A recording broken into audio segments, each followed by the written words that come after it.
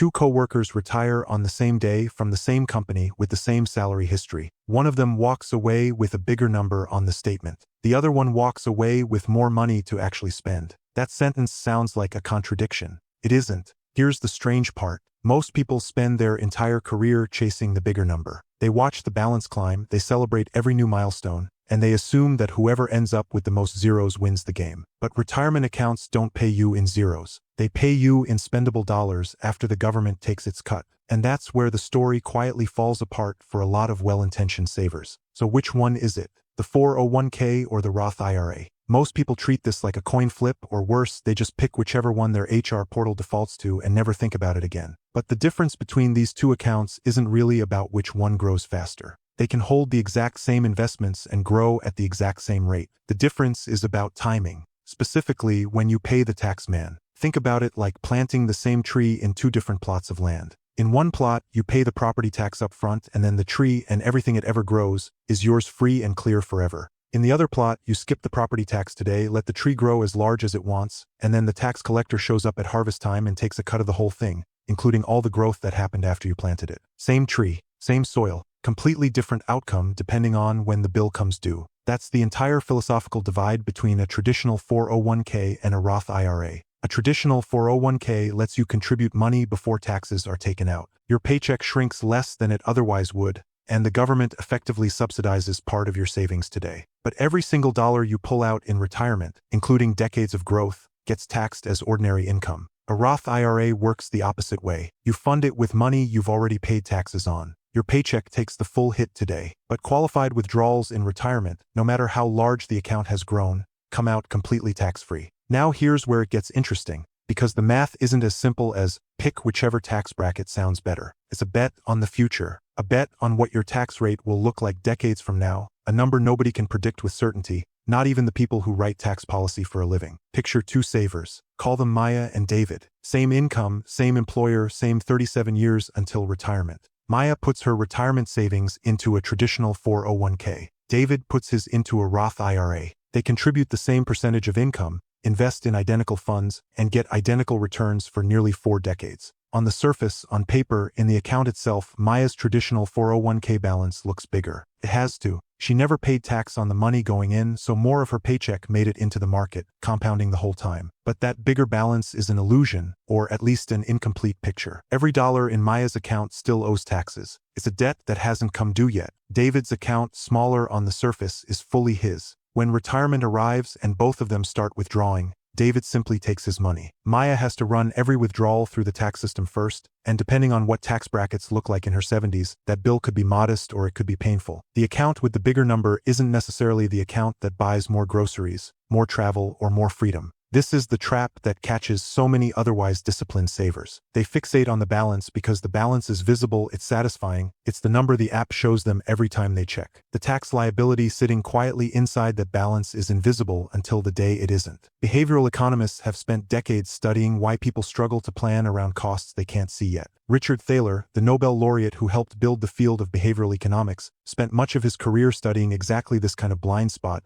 how people undervalue future consequences in favor of what's immediately in front of them. A shrinking paycheck today feels real. A tax bill 14 years from now feels theoretical, even when it's mathematically guaranteed. So does that mean the Roth always wins? Not exactly, and this is the part that gets skipped in a lot of oversimplified advice. There's a piece of the puzzle that changes everything, and it has nothing to do with taxes at all. It's the employer match. If your company offers to match a portion of what you contribute to your 401k, that matches money you didn't earn through investment returns. This compensation handed to you for showing up and participating. Turning it down is functionally identical to leaving part of your salary on the table. No Roth IRA, no matter how favorable its tax treatment, can outrun free money that isn't subject to the normal rules of return on investment. This is why the recommended order of operations almost always starts the same way. Contribute enough to your 401k to capture the full employer match first. After that, the tax timing debate actually begins to matter. Once the match is secured, a Roth IRA becomes an extremely compelling next stop, assuming you're eligible to contribute to one. The logic is straightforward. You're likely earlier in your career, which often means you're in a lower tax bracket than you will be decades later after promotions, raises, and career growth. Paying tax now while your rate is relatively low and letting everything after that grow completely tax-free is a trade a lot of savers would take if they understood what was actually being traded. There's also a flexibility argument that rarely gets enough attention. A Roth IRA allows you to withdraw your original contributions, not the earnings, but the amount you put in without penalty and without taxes, at any time and for any reason. That doesn't mean you should treat retirement savings like an emergency fund, but it does mean the account isn't a locked vault the way a 401k effectively is. Traditional 401ks come with required minimum distributions, a rule that forces you to start withdrawing and paying tax on a certain percentage of the account once you reach a certain age, whether you need the income or not. That's the government making sure it eventually collects on the tax bill it let you defer. Roth IRAs, notably, don't carry that same forced withdrawal requirement during the original owner's lifetime, which gives retirees more control over when and whether they touch that money. So here's the recommended sequence that tends to make the most sense for most people most of the time. First, contribute to your 401k up to the full employer match, because turning down free money is never a smart trade, regardless of the tax conversation. Second, if you're eligible, max out your Roth IRA, because the tax-free growth on decades of compounding tends to be worth far more than the upfront tax deduction, especially if you expect your income and your tax rate to rise over time. Third, if there's still more you want to save after that, go back to the 401k and contribute additional dollars up to the annual limit the plan allows. This isn't a rigid formula that applies identically to every single person. Someone already in their peak earning years, expecting a lower tax bracket in retirement, might lean harder into the traditional 401k,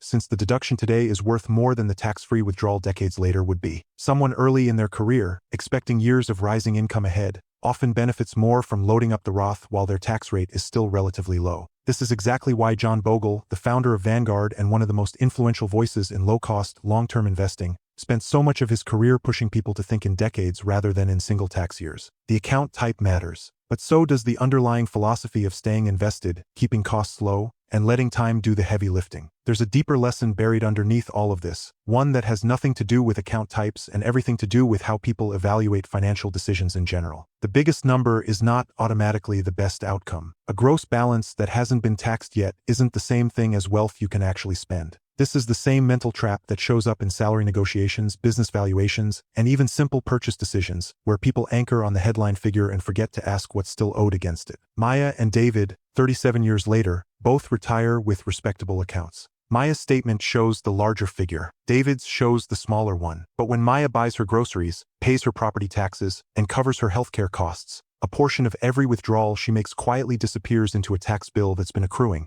invisibly, for nearly 4 decades. David spends his dollars in full. The account with the biggest balance was never guaranteed to be the account that left either of them with the most freedom. There's another wrinkle worth sitting with, because it explains why so many people default into the traditional 401k without ever really choosing it. Simply easier. The tax break shows up immediately in the very next paycheck, while the cost shows up decades later, wrapped inside a number that feels abstract until you're actually living off it. Daniel Kahneman, whose work on decision-making under uncertainty helped reshape how economists think about human behavior, spent years documenting how people consistently overweight immediate, certain rewards against distant, uncertain costs. A slightly bigger paycheck this month is vivid. A tax bill during a retirement that's 30 years away is barely real to most brains. That asymmetry, not laziness or lack of intelligence, is a big part of why so many savers drift into the traditional account without weighing the trade-off at all. It also helps to think about what's actually happening to the government side of the ledger, because it clarifies why the decision even exists in the first place. Every dollar contributed to a traditional 401k reduces taxable income today, which means the government collects less revenue right now. In exchange, it reserves the right to tax the full withdrawal, principal, and growth combined later. With a Roth IRA, the government collects its share up front and then, in effect, gives up any future claim on that money no matter how large it eventually grows. From the government's perspective, both structures are designed to be roughly balanced over time, assuming your tax rate stays the same the whole way through. The entire strategic opportunity for savers exists in the gap between that assumption and reality. If your tax rate ends up lower in retirement than it is today, the traditional account tends to come out ahead. If it ends up higher, the Roth tends to win by a wide margin because the tax was locked in early at the lower rate. Nobody can know that number in advance with certainty, which is exactly why financial planners so often recommend holding both types of accounts rather than betting the entire retirement on a single guess about future tax policy. This is also where the employer match deserves a second look, because it's easy to treat it as a footnote when it's actually one of the most powerful levers in the entire decision. An employer match isn't investment return in the traditional sense. It isn't earned through risk, timing, or skill. It's compensation that only exists if you participate in the plan at all. A common match structure might mean that for every dollar you contribute, up to a certain percentage of your salary, your employer adds another dollar or 50 cents on top of it instantly. There is no equivalent opportunity anywhere else in personal finance where money simply doubles or grows by 50% the moment it lands in an account, with zero market risk attached to that initial boost. This is precisely why the sequence matters.